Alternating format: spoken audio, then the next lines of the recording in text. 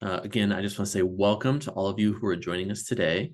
We are so glad that you're here for the Living at Duke Part 1 webinar of the Summer Transition Series.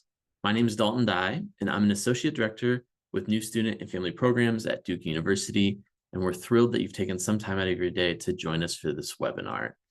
If you've been a part of any of our previous Summer Transition Series webinars, welcome back. If this is your first Duke student, first time joining us, just a little bit of context for you. We host weekly webinars throughout the summer to get important information directly from our experts to students. All of our webinars are recorded, so if you have to leave early or you want to share it with somebody who can't make it today, that's totally fine. You'll be able to go to our YouTube page or our NSFP website to review any of our past content, as well as register for our future webinars.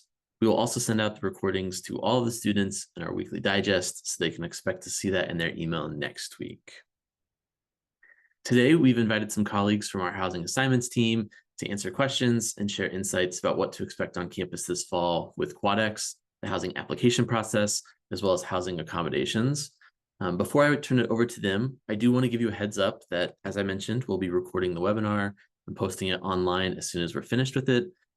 You'll also see at the bottom of your screen a Q&A button. This is your way of asking questions directly to the panelists. At the end of the presentation, we'll start going through questions and answering the ones that are relevant for the entire group. There'll also be a few individuals who are off camera behind the scenes who will answer questions that are one-off and relevant only to them.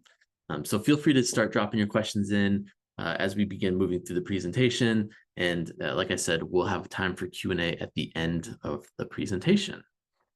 So without further ado, I'll go ahead and turn it over to Krista to let her introduce herself, and then we'll get into the content. So Krista, feel free to take it away. Awesome. Thank you so much, Dalton. Hello, everyone. My name is Krista Jade, and I'm the Associate Director with Housing Assignments. And I'm very excited to meet with all of you today and talk more about the housing assignment process as you come to Duke with us in the fall. So first and foremost, QuadEx is our living and learning model here at Duke University. It will guide where you live with us as you continue on into your sophomore year, junior year, and even your senior year. And we are so very excited to have you be joining our Duke family. So QuadEx is an inclusive living and learning model that builds upon the history, values, and spirit of Duke. This model has been in place at Duke for almost 5 years now, and we are so excited that you are going to be able to enjoy all of the traditions that have been built throughout this model, both within the residence halls on our campus, and enhance your intellectual lives here with us.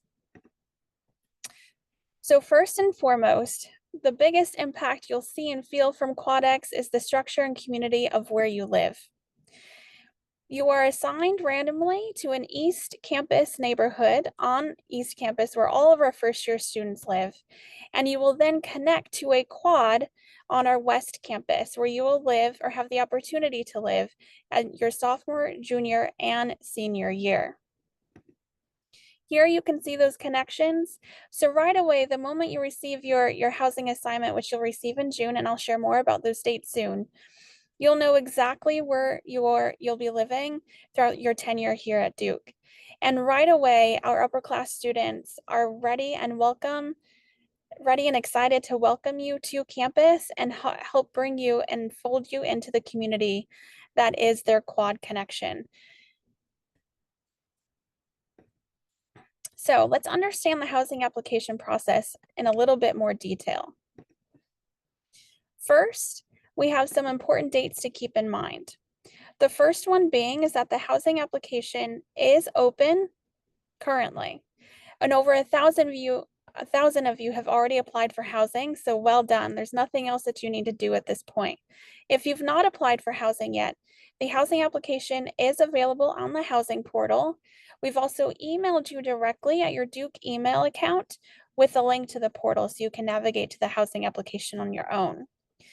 You do need to submit the housing application by May 31st, so 11:59 p.m. Eastern on May 31st. That's when the housing application closes, and it will not reopen again until later in June.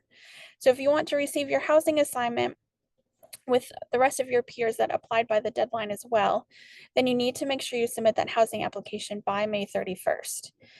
Housing assignments will be released on June 11th, along with your roommate's name and contact information.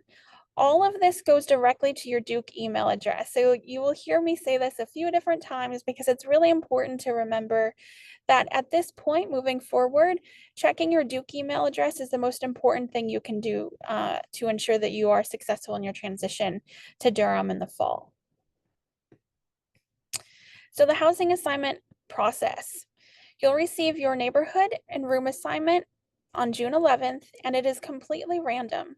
So we take a lot of pride in our first year assignment process, and that where you live and who you live with is based upon your lifestyle preferences that you submit on your housing application.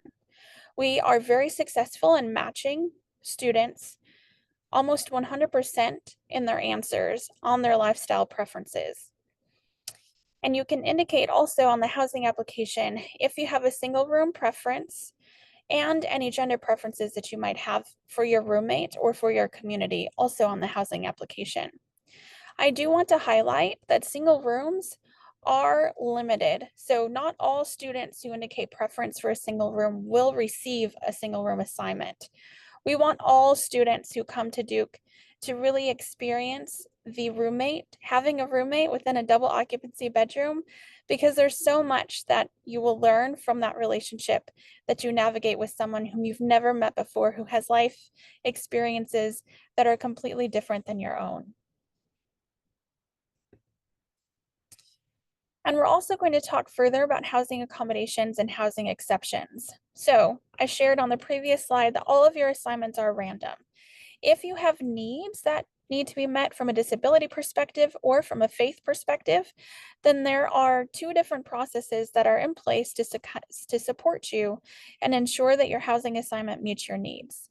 So the first being, if you have a documented medical disability, you can work with Student Disability and Access Office, and their website is here on the slide.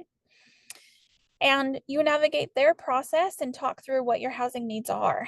And that process is completely separate from the housing application. So you want to make sure you apply for housing and work with the Student Disability and Access Office. You can start the process directly online through their website and upload any medical documentation that you might have via their website as well to support your request. Then you'll be assigned a case manager whom you will meet with virtually. And at that point in time, you will talk through what your needs are, and they will determine whether or not, or they will determine what housing accommodations you may be awarded. And if you are awarded those accommodations, they communicate those directly to us in housing assignments. So there's nothing extra that you need to do beyond making sure you meet with their office and submit the housing application. We will take care of the rest from there.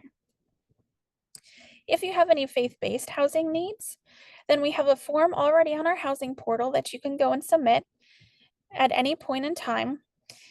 And you can indicate right there on that application for your faith-based needs what your practices are and what kind of housing you believe you need in order to participate in those practices fully. That process is also separate from the housing application. So if you have any faith-based needs, you would submit the housing application and also submit the faith-based housing request form. That form is found on the housing portal as well, so you can do both at any point in time. You can submit any faith-based housing requests after your assignment is released. Just know that it's harder to have those needs be fully met if assignments have already been handed out and made and we're not working from a clean slate anymore. Very similarly with the Student Disability and Access Office, I encourage you, if either of these situations apply to you, I strongly encourage you start working with those offices or through those processes as soon as possible, because ideally you'll have the outcome of those processes into our office before assignments are released on June 11th.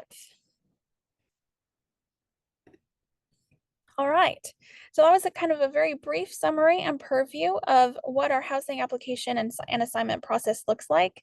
The first year assignment process is my favorite because it is so random and straightforward for you when you come to live on campus with us. So at this point, please, if you have questions, go ahead and put them in the Q&A, and we will start working on them start answering them here live as well. Krista, Someone, oh, yes, go ahead, I was Dalton. just gonna say, it looks like the first question we have is about students choosing substance-free living and what that might look like for them. You might Yeah, have thank been you. answering it on your own, so I apologize for cutting you off. Oh, not at all. I totally appreciate it. So for substance-free living, so we have not had a substance-free community, if you will, on our campus for quite a few years. So you'll see on the housing application, one of the lifestyle preferences is, do you prefer a substance-free lifestyle? Yes or no? And if you say yes, then we will match you with a roommate who has also indicated yes on that question. Now, mind you, all of these questions are what students are willing to self-disclose. So what their substance-free practice looks like might look different than your own. But that is the kind of first step to kind of open the door for you to have that conversation with your roommate once you're paired and learn what that lifestyle might look like for each of you and how you can navigate that together. Uh, Yes, and I think that's all I'll say about substance-free living at this point. And so I'll move on to some other questions. I see someone asked about how does focus housing work? So as you know, moving into next year, we are moving forward with the new 2025 curriculum. And one of those components is that we have everyone will participate in either a focus program or a constellation. If you are in a focus cluster, then all students within that specific cluster are assigned to the same building on East Campus. However, that's where the kind of practice of exactly where you will live stops. Everything thereafter is random. So your roommate within that building will be random. Your housing assignment within that building will be random. So being a part of a focus cluster, all it denotes is specifically what building you will be living in. As since all of you will be participating in the same class, we want to enhance that academic experience for you. All of our residence halls on both East and West Campus are all gender housing, meaning we do not have any spaces that are delineated to a specific gender. So everything is all gender. Your roommate can be of any gender, and so it's really important to make sure that you indicate on the housing application if you want a roommate of a similar or same gender to yourself, or if you would be a good roommate to someone who is non-binary. So those questions you will see on the housing application. Someone asked about what is the application selection process for those who are in focus clusters. So that those applications have already been live and is separate from the housing application process. So at this point, you would just need to submit the housing application as is. There is not a specific housing application for students in focus clusters. So every first year student, regardless of if you're in a focus or constellation, will submit the exact same housing application. You are guaranteed to be in a residence hall with your focus cluster. The only times in which that doesn't happen is if you have some other extenuating circumstances. So maybe you have a housing accommodation with student disability and access, and your accommodation can't be met in the building where your cluster is assigned to, for example. But that's very much on a one-on-one basis. And we have conversations with you directly about what your needs are and where you want to live ultimately. So just chime in real quick, Krista, the focus application is still open. So if you are interested in focus but haven't filled it out, I put a link in the chat that should be accessible for each of you. That's due the 25th. So you have a couple of days to get your focus application in if you haven't done so already. Awesome, Dalton. Thank you for that addition. Someone else asked, what are visitation policies for friends or families? So we don't limit who you bring into the residence halls. What I will say though is that those front doors, they're never unlocked. So if you do have someone coming to visit you, then you would need to go down to the front of your building, allow them in, and kind of escort them into your community, right? It's really important that we don't have just random folks walking around. We want to ensure a safe and secure community. And so you would escort them while they are in the building with you, and then you would escort them out when they're ready to leave. Now, I will say this is all contingent upon conversations with you and your roommate. So You should not have anyone staying overnight without a conversation and approval from your roommate, for example. And obviously, in order to build a strong roommate relationship, you want to make sure you're having conversations about when your guests and visitors intend to be coming, um, and making sure that they're okay with that and kind of work that out together. So there's no limit on when folks can come and go. However, that roommate relationship is of priority, and making sure that everyone is on the same page and agrees to when those visitors are present within the building. Um, so we have lots of focus questions. So I'm going to kind of keep tackling them a little bit grouped together, hopefully. So for students who are in a focus cluster, your roommate is still random. So for example, let's say a focus cluster is assigned to Randolph. It isn't only students in that focus cluster assigned to Randolph, for example. There are other students assigned to Randolph that are not in that focus cluster, but everyone within that focus cluster is assigned to Randolph. So your roommate likely will be someone who's not in the cluster with you. Your neighbors will likely be someone who is not in the cluster with you. Clusters tend to only be 27 to 38 students in size, and most of our buildings have anywhere from 100 to 300 students living within it. So that kind of gives you an idea of what to expect from your community. Um, and let's see. Sorry, I thought there was another focus question, but it might have gone away. All students will participate in a focus or a constellation if you're in Trinity. And then Pratt students are not required to participate in either of those programs. We do have someone asked about some music where they can play music instruments other than their room. We do have various music rooms throughout the residence halls. We have a lot of that information on our website. If you go to our website and look for first year housing communities, you will see kind of little pieces of information about each residence hall that we have on East Campus. So after you receive your assignment on June 11th, you can go check out that website and see all of the cool amenities that are provided within the building that you're assigned to. I see some more questions about guests and visitors. Also on our website, we have our housing policies. And so, I recommend when you, in your spare time, kind of going through what those policies are, especially about visitors. We don't have any limits or requirements in terms of the age of the person that visits. For example, we do have limits on how long someone can stay. So they can't become a resident with you, right? They can't stay on campus with you more than they are not staying on campus. So we really prioritize you having those conversations with your roommates and making sure that they are comfortable with what the circumstance is. And then you can see the specific limits on how long you can have an overnight guest per semester on our website. So lots of questions now about the physical components of the buildings. So you will not receive details regarding the dimensions of your room, but you will learn of the amenities within the building that you are assigned to. So as I shared on June 11th, when you learn of your housing assignment, you can go to the website, see what building you've been assigned to, see what the amenities are within that building, but we do not provide dimensions of the specific rooms.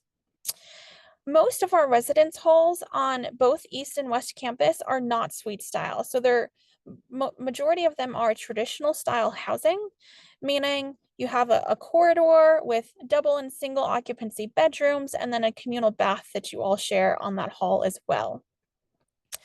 On East Campus, our buildings are a mix of central heating and cooling and window units and radiators. So it really depends on the building that you're assigned to and what kind of heating and cooling system you'll have within that building.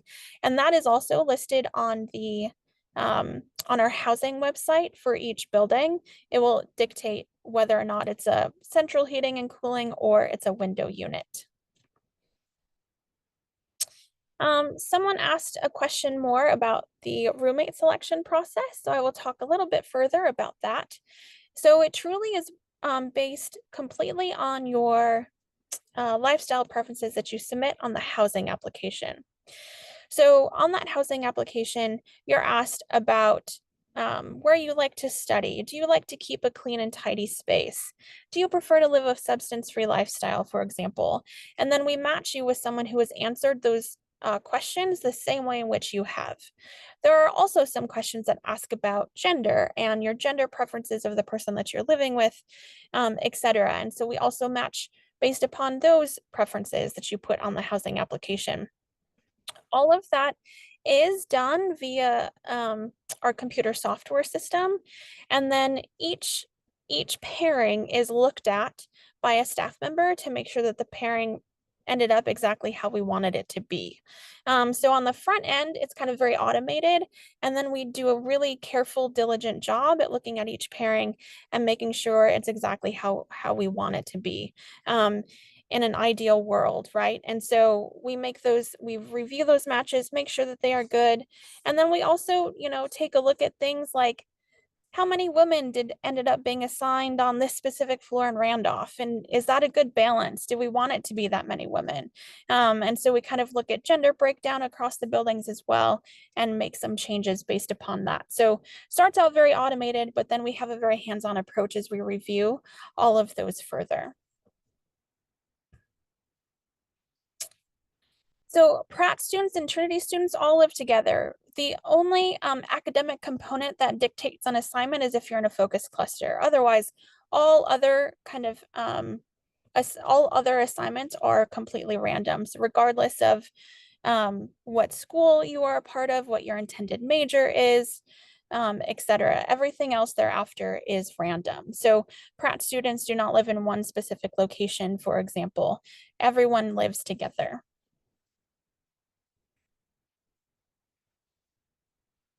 And I was waiting for this question. It took longer to come up than I thought it would. So someone asked, what are the chances to get an individual room, which we would term as a single occupancy bedroom. So what are the chances that a first year student will receive a single room? Well, here's some numbers for you. We have about 360 single rooms on all of East Campus, and we have over 1,700 students that live on East Campus. So you can do the odds yourself. I trust that you are smart enough to figure that out coming to Duke. But as I shared earlier in the presentation, the demand for single rooms greatly outweigh the number of single rooms that we have available. So we want all students to go into the housing process preparing to have a double room and a random roommate. Good. Some more questions coming in. I love it. Keep them coming. One of them is, does every room come with a specific setup? Every room comes with specific furniture. The setup of that furniture might vary depending on the building. For example, in Gilbert Adams, it's one of my favorite buildings. They have these beautiful fixed dressers and like drawers and bookshelves, etc. So in Gilbert Adams, you have a bed and a nightstand, and then you have these beautiful built-in kind of furniture pieces. Whereas in our other buildings, they're all freestanding. So it really varies on building what the layout looks like. However, every room will have a bed, dressers, bookshelves, wardrobes, or closet. And we have all of that listed on our website as well. Someone asked, can you opt for a suite rather than a regular room? So Wilson House is the only building on East Campus that offers suite style housing. And no, there's not a way to preference Wilson as our housing process. We want to protect the randomness of the QuadEx model in that regard. So there's not a way to preference Wilson, and Wilson's one of our smaller residence halls of only 86 students. So majority of all of our students will live in traditional style housing, not in suite style housing. And then questions about mattresses came up. Excellent question. Again, after you receive your housing assignment on June 11th, I encourage you to go look at the website and the building that you are assigned to, and it will tell you right there what your mattress size is. It does vary, but majority of all of the beds are twin XL. Trinity, for example, if you're assigned to Residence Hall Trinity, those beds are full size. So really hold off on buying any kind of linens and things like that for your bed until you know where you have been assigned and what your bed size will be. Excellent. And we have some questions about fridges and microwaves. Duke Stores does have a micro fridge rental program. So you can go and words just left my brain. I'm sorry. You can go and rent that unit from Duke Stores directly. Roommates do decide to share them more often than not, but you don't have to. So that's kind of a conversation between you and your roommate. Once your roommate's been assigned, you can decide who's going to actually rent it, how you want to split the fees, and all that sort of stuff. But all of that is done through Duke Stores. Someone asked about same-gendered neighbors. Are neighbors typically of the same gender or not? So majority of our housing is completely random in regards to what the gender of your neighbors are. Depending on the number of students who indicate that they want a similar neighbor experience, then we kind of delineate random spaces across East Campus that would provide that experience for you. But it changes year to year based upon demand, and based upon needs of that class year and what they are seeking. But you should expect that your neighbors would likely be a different gender than yourself. So I see some questions here about academics. I know that there is going to be a session later this summer to talk about how you'll be enrolling in classes and what that looks like, but more resources will be coming to you to your Duke email address. I'll plug it again. Make sure you're checking your Duke email address. More resources will be coming to you in July regarding enrolling for courses for the fall.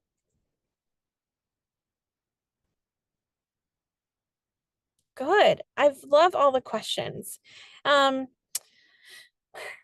asked how you can't use nails on the wall, so how do you hang heavier items? We would recommend probably not hanging heavier items on the walls, and instead getting a stand or something for what those items are rather than hanging them. We really recommend students use command hooks, things like that, poster putty, things that are not going to damage the walls when you remove them. Excellent, good questions. Times dining facilities are open on East Campus. Dining does an excellent job at keeping the hours of their facilities on their website. So you can see all of that online, and it really varies by day, by time of academic year, for example. So I recommend taking a look at the dining's website, and you can see all of those hours there. Selfish plug, Duke Dining will be our one of our partners at our next summer transition series a week from today. So bookmark that question. We'll come back to it. Love it. Can students use thumbtacks? We ask that you don't. We want things to look just as nice when you moved in as when you leave. So we ask that you don't use thumbtacks. We would rather you use things like poster putty.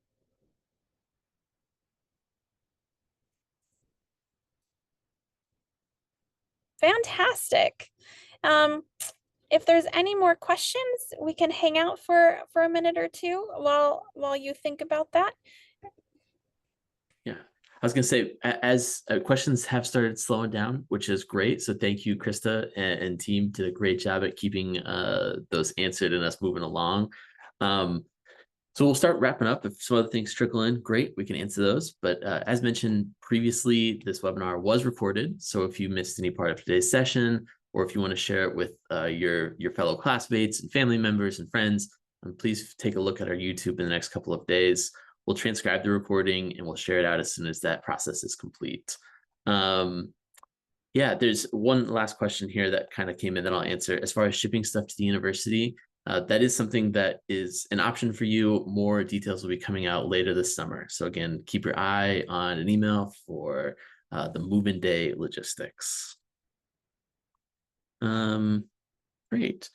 And then I did mention this a little bit earlier, but our next STS webinar is going to be next Tuesday, the 27th at 4 p.m. Eastern time. Again, it'll be Living at Duke Part 2. It'll feature some of our colleagues from Dining, Duke Card, and the Office of Information and Technology. So if you have questions related to those things, it's going to be a great chance for you to get those answered live. They'll also have a similar presentation, and we'll have Q&A going as it wraps up. So we hope to see you there. I think that's all I got. So again, thank you to Krista and the team. If you do have other questions that have come up, feel free to send us an email and we will get back to you as soon as we can. But thank you all, enjoy, and we'll see you next week.